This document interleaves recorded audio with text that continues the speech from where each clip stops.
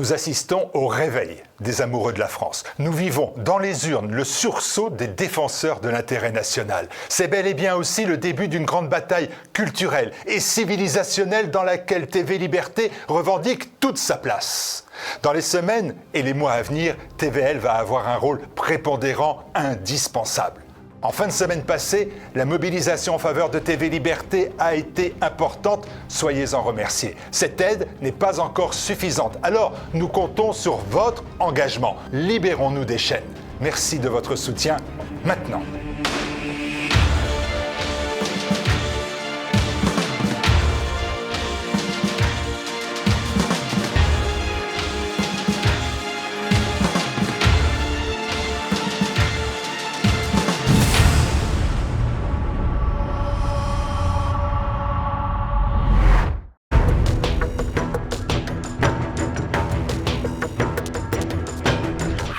Bonjour à tous, bienvenue dans ce nouveau numéro du Zoom de TV Liberté.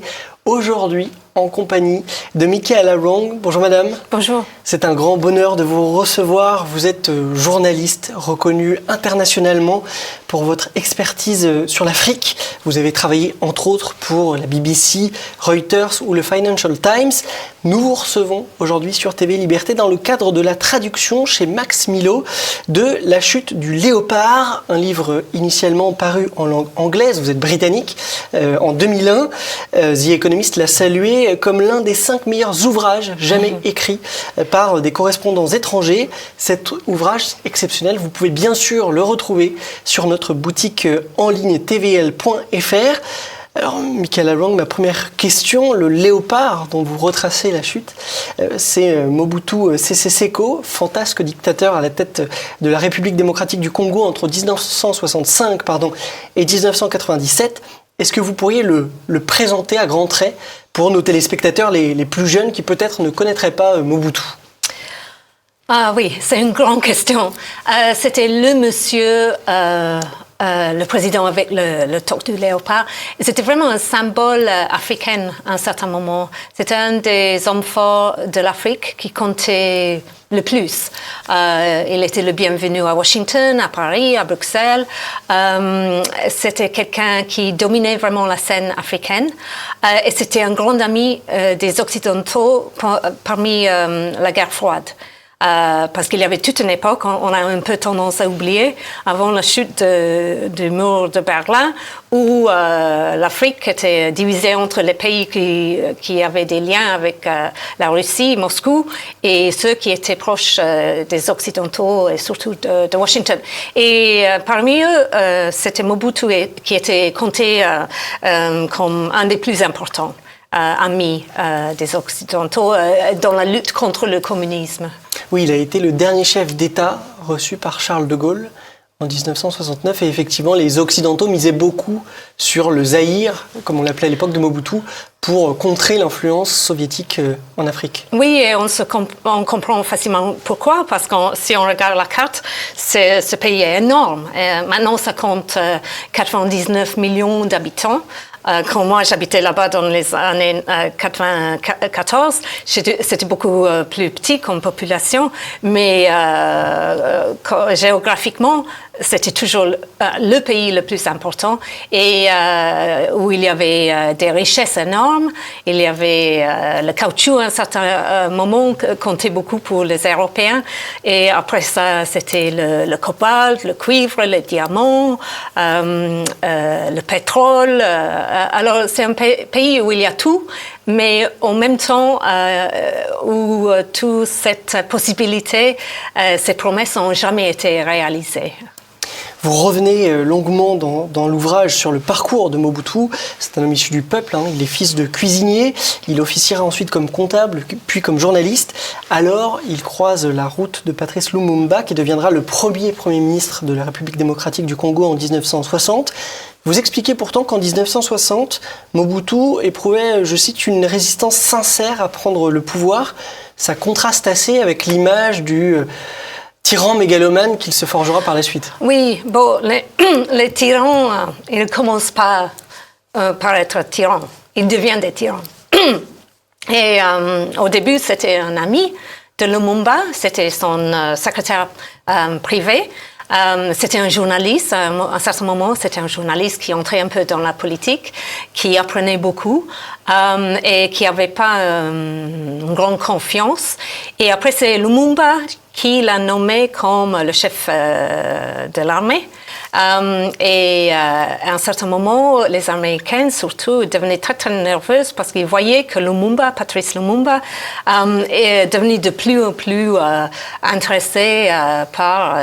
les sympathies communistes, quasiment. Oui, et ils avaient invité à un certain moment Moscou d'envoyer du soutien et des soldats au Congo. Et à ce moment-là, les Américains ils regardaient autour dans l'entourage de Lumumba. Ils ont identifié Mobutu comme un homme de confiance, quelqu'un qui était pragmatique, un homme de prudence.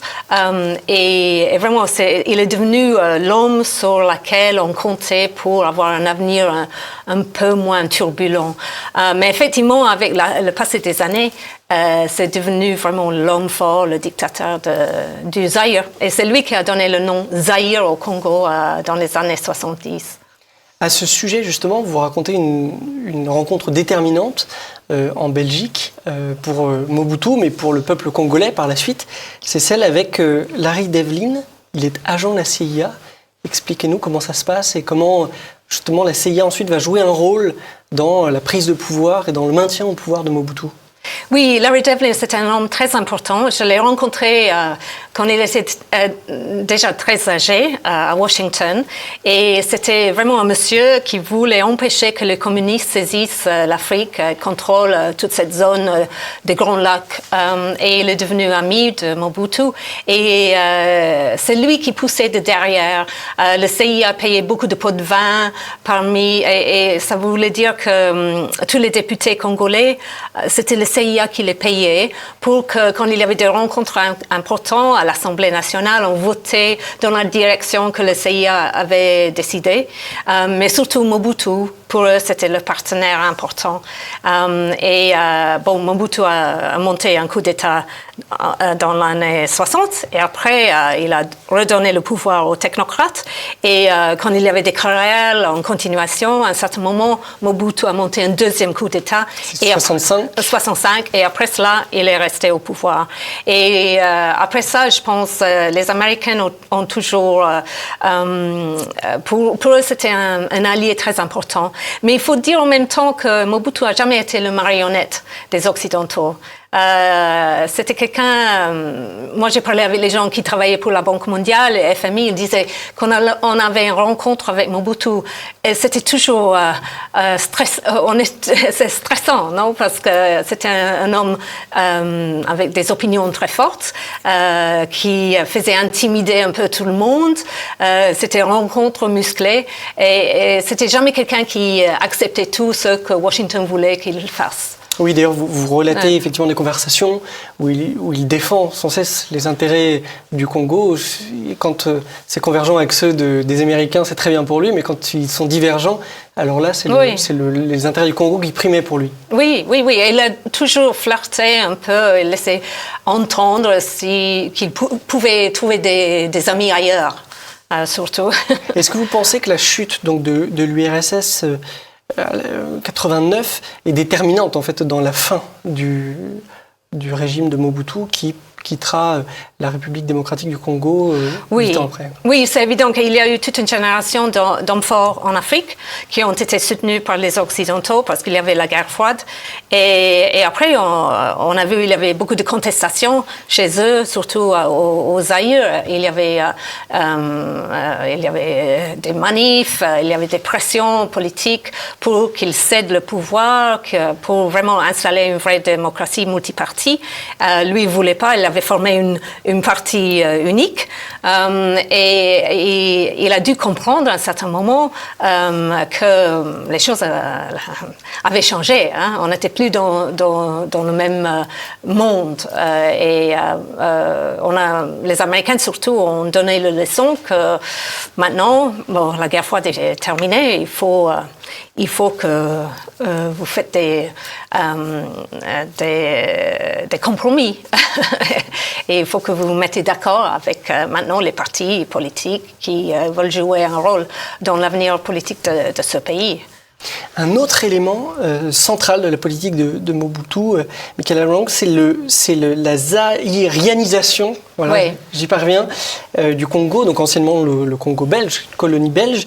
Pouvez-vous nous expliquer en quoi elle consiste et pourquoi elle a tant compté pour le peuple congolais? Oui, bon, c'est une erreur économique grave, parce qu'à un certain moment, il n'est pas le seul à le faire en Afrique. On a vu la même chose au Zimbabwe, par exemple. Lui, il était conscient que oui, en principe, le Congo était indépendant, mais effectivement que les entreprises, les plantations, les fermes, les usines restaient toujours dans les mains des Belges, surtout, mais aussi des autres étrangers. Et il pensait que c'était pas juste. Il fallait que les Congolais contrôlent leur industrie, leur économie. Alors, il a jeté tous ces gens... ils ont été expulsés et ces entreprises et ces fermes et ces usines ont été données en cadeau à ses proches. Et le problème, c'est ces hommes-là, ils n'avaient aucune expérience économique et toutes ces entreprises sont entrées en faillite très vite. Et ça a commencé une chute économique très importante. Et surtout, l'investissement ne va pas entrer dans un pays quand les gens craignent qu'on pourrait saisir leurs biens. Alors, c'était vraiment une bêtise fondamentale. Et après, il y a eu des autres bêtises de ce type. Mais vous expliquez tout de même que ce mouvement-là peut-être aussi participé à une sorte de reprise de fierté aussi des Oui, des effectivement. Congolais. Il y avait une campagne qu'on a appelée l'authenticité. Et c'est le moment où on avait déclaré que Congo était devenu le Zaïre, le fleuve était aussi le Zaïre, la monnaie le Zaïre Les trois Z, pardon. Oui, les trois Z. effectivement. Et surtout, Mobutu a aussi annoncé qu'il fallait être fier d'être africaine. Il fallait plus... Porter le costume oui, alors à l'occidental, par exemple, le avec son costume abacos. et la cravate, on n'acceptait plus. Il y avait l'abacos, à bas le costume, qui était une tenue sans cravate. Et qui revient un peu à la mode en Afrique. Oui, c'est ça, je trouve bizarre parce que c'est devenu à la mode maintenant. Et les femmes devaient porter la tenue africaine aussi. Et la musique. Alors, Mobutu a beaucoup soutenu la musique, le style zaïroise. Et c'est un peu le moment où je pense beaucoup de monde il regardait au Zaïre et c'est le moment, par exemple, où on a eu le Rumble in the Jungle, le match de boxe entre Mohamed Ali et George Foreman. Et c'était vraiment Mobutu qui était un grand homme qui se vantait, qui avait toujours... c'est un monsieur d'une certaine taille qui était fier de lui-même et je pense que les Congolais étaient aussi, eux, très fiers d'avoir ce monsieur comme leur dirigeant. Et cet ambassadeur dans le monde entier, avec quand même une face sombre et un pouvoir, notamment, vous le détaillez très bien, caractérisé par la kleptocratie, cette politique presque par le vol. Vous dites qu'elle n'a jamais été poussée à un tel degré de pureté. Pouvez-vous nous décrire cet aspect de la présidence Mobutu? Parce que vraiment c'est un cliché. Oui. Il est devenu un cliché. Alors il avait fait bâtir un palais dans le jungle dont il venait. La province de sa naissance, Badolite. Et là-bas, il y avait une piste d'atterrissage et c'était prolongé pour pouvoir recevoir les Concorde. Qu'il emmenait à Disneyland. Oui, il a amené sa famille au États-Unis. Disneyland, aux États-Unis. Et aussi, il y avait toujours des arrivées. Alors, par exemple, lui, il aimait bien les moules marinières. Alors, les moules arrivaient de la Belgique. La champagne rosé, c'était il préférait ça. Il y avait un coiffeur qui arrivait des États-Unis. Il y avait des tailleurs parisiens qui arrivaient pour lui lui faire les vêtements. Et après, en même temps, il y avait tout un immobilier à l'étranger. Il y avait des châteaux, des villas, des appartements de luxe en Belgique, à Bruxelles, en Suisse, en France, le Cap-Martin, en Sud-Afrique aussi, je pense. Alors, c'est vraiment l'homme qui dépensait. Et c'est une manière de faire voir qui était le chef, qui était le roi, d'un certain point de vue. Au point, Michaela Ronc, parfois de se laisser un peu avoir aussi, parce que il payait très cher ses fournisseurs, au-dessus des prix du marché. Oui, quand il achète une maison un jour, après s'être mis d'accord sur le prix, il demande dans quelle devise en fait il doit payer, alors qu'il y avait un rapport de 1 à 39. Oui, effectivement, parce que pour lui, ça n'avait pas de sens. Si c'était dollar ou franc congolais ou Zaïre plutôt, ou les francs français, c'était pas important. Et le problème, c'est il comprenait pas comment ça marche une économie. Et alors, pour lui, la banque du Zaïre, c'était comme son portefeuille personnel. Oui, c'était son compte en banque. Et Monsieur Devlin, à un certain moment, avait dit que c'est un génie politique, mais c'est au niveau économique, c'est un crétin.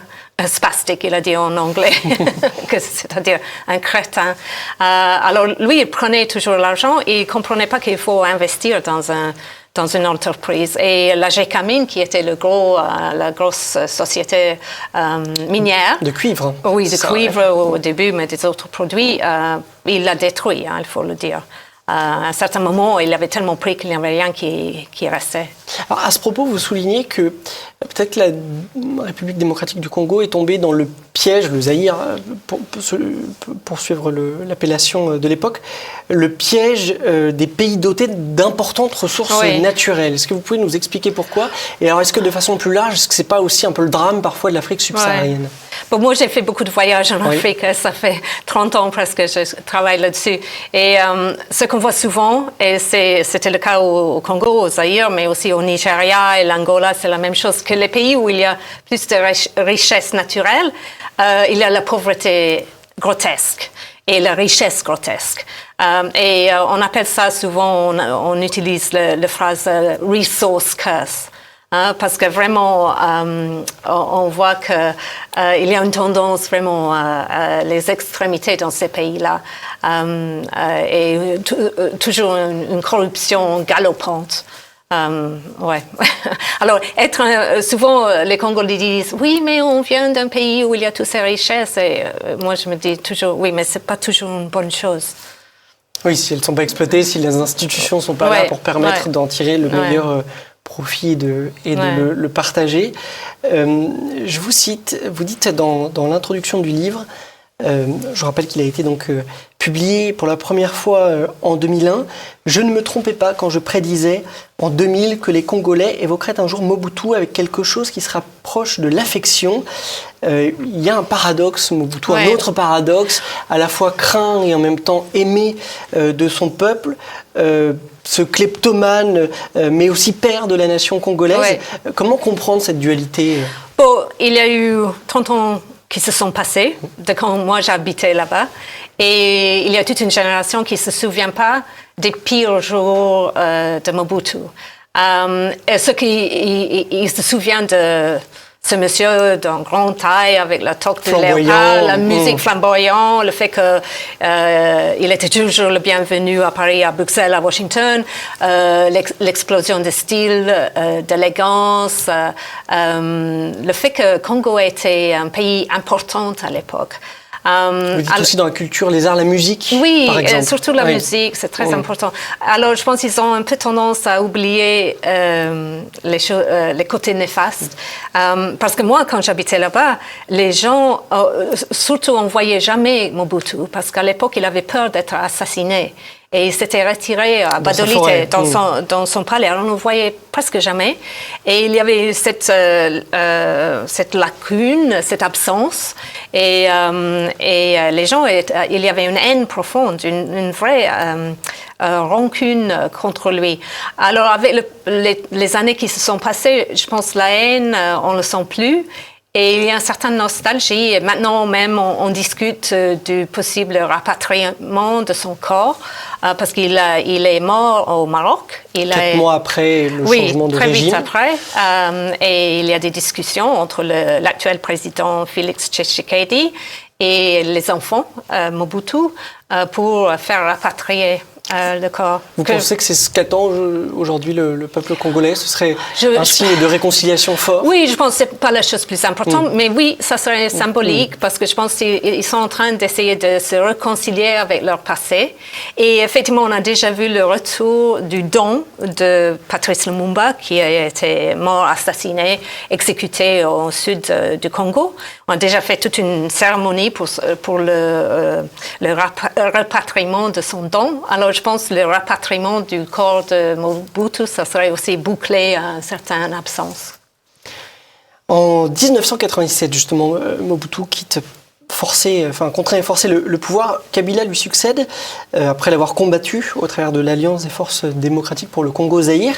Vous dites, page 274, malgré le départ du Léopard, il n'y eut aucun renouveau, aucun changement dans les mentalités. Mobutu régnait grâce au soutien d'une force de sécurité mono-ethnique, Kabila aussi. Mobutu pillait la banque centrale, Kabila aussi. Mobutu a détruit l'économie formelle. Kabila a été encore plus loin en asphyxiant aussi l'économie informelle. En quoi est-ce symptomatique de la politique africaine? Et alors, puisqu'on en parlait juste avant cet entretien, est-ce que vous pouvez revenir aussi sur cet article 15 de la Constitution de RDC, justement sur cette économie informelle qui était... Oui, c'est la chose qui m'a présente. plus marquée quand j'habitais à Kinshasa, parce qu'en principe, vivre dans un pays comme ça devrait être pas très agréable. Et moi, je trouvais au contraire que j'aimais bien quand j'étais sur place, parce que je voyais qu'il y avait une résistance, il y avait une chaleur humaine, et aussi qu'il y avait toutes des stratégies vraiment intéressantes et inspirational, comme on dit en anglais, comment les gens se débrouillaient pour survivre. Article 15, ça n'existe pas, c'est une blague. C'est un soi-disant article dans la Constitution du Zaïre à l'époque pour qu'on donne la permission que vous vous débrouillez comme vous pouvez. Et ça voulait dire il y avait toutes des petites stratégies. Par exemple, tout le monde qui travaillait pour le gouvernement, ils avaient tous un autre boulot. Tout le monde avait 2 boulots, parce qu'il y avait un où on était payé, l'autre où on gagnait rien du tout, mais il fallait avoir une présence. Par exemple, il y avait un trafic très agressif à travers le fleuve entre Congo-Brazzaville et Kinshasa. C'était mené et contrôlé par les handicapés dans leur fauteuil roulant, parce qu'eux, ils peuvent voyager à prix réduit. Alors, ils ont un petit avantage commercial. Alors, eux, ils faisaient beaucoup de commerce à travers les 2 fleuves. Mais tout le monde avait un type de stratégie. Hein? Et moi, je suis devenue très fascinée. Il y avait aussi les protocoles qui travaillaient dans les aéroports. Et pour eux, ils étaient embauchés par les sociétés pour aider les gens à traverser l'aéroport, parce que c'était toujours très difficile, et pour payer les pots de vin. Alors, c'était eux qui payaient les pots de vin pour laisser, à la police, à l'immigration, pour laisser entrer les voyageurs qui voulaient pas salir les mains avec l'argent. Et il y avait toujours des petits jeux de ce type. L'histoire du Zaïre, aujourd'hui République démocratique du Congo, est intimement liée à celle de la colonisation puis de la décolonisation. Aujourd'hui, les Belges ne sont plus là, mais semblent parfois avoir été remplacés par d'autres puissances. Vous citez les Russes, par exemple. Vous qui connaissez si bien l'Afrique, diriez-vous que le continent connaît aujourd'hui une sorte de processus de recolonisation qui ne dit pas son nom? Bon, ça a beaucoup changé. Les pouvoirs qui comptaient avant ne sont pas les pouvoirs qui comptent maintenant. Et effectivement, maintenant, il y a la Russie qui montre un grand intérêt, surtout à travers le groupe Wagner. mais aussi il y a les Chinois qui s'intéressent, ça fait depuis 15 ans maintenant, qui ont des intérêts importants économiques. Il y a aussi le United Arab Emirates, il y a aussi la Turquie, le Liban. Alors je pense les pouvoirs importants maintenant, ils ont beaucoup changé. On voit se retirer un peu les États-Unis, mon propre pays, l'Angleterre, les Français, les Belges. Ils sont en retraite en Afrique. Il y a des nouvelles influences maintenant. Ma dernière question, Michaela Wrong, la République démocratique du Congo est le pays francophone le plus peuplé au monde. Un peu de politique fiction, si vous étiez président, si vous étiez aux responsabilités en France, quelle politique justement mèneriez-vous ou quels conseils avez-vous donné à des responsables politiques aujourd'hui vis-à-vis des relations avec la République démocratique du Congo, entre la RDC et la France? Oui, non, ça c'est très simple. Il faut que la France regarde de près sa relation avec le Rwanda à côté. Parce que ce qu'on voit, c'est à l'est du Congo. Il y a le mouvement 23, c'est un mouvement rebelle qui a saisi toute une partie du Congo de l'Est. On sait bien que c'est un groupe rebelle soutenu, armé, équipé par les Rwandais. Et on sait aussi que l'armée rwandaise est présente dans le Congo de l'Est. Et ça devient de plus en plus un problème. Il y a 2 millions de déplacés grâce à ce mouvement. Moi, je pense qu'on est au bord d'une guerre vraiment importante dans la région, grâce à cette présence du Rwanda au Congo. Et c'est Emmanuel Macron, s'il a le temps, parmi tous ces autres problèmes, il doit vraiment voir qu'il y a un lien entre la déstabilisation des Grands Lacs et le soutien français et de l'Union européenne qu'il donne au Rwanda. Parce qu'on a tendance en France à penser qu'on peut utiliser Rwanda pour envoyer des soldats à Mozambique, régler les problèmes du djihadisme dans le Sahel. Mais en même temps, si on soutient Rwanda, et on est en train de semer beaucoup de problèmes dans les pays des Grands Lacs. Merci, Michaela Wrong. Merci infiniment d'être venu sur TV Liberté. Je rappelle le titre de votre ouvrage, La chute du léopard, paru aux éditions Max Milo. Un livre à retrouver et à commander sur notre site internet. Merci à tous de nous avoir suivis. N'hésitez pas à partager, à commenter cette vidéo. À très bientôt sur TVL.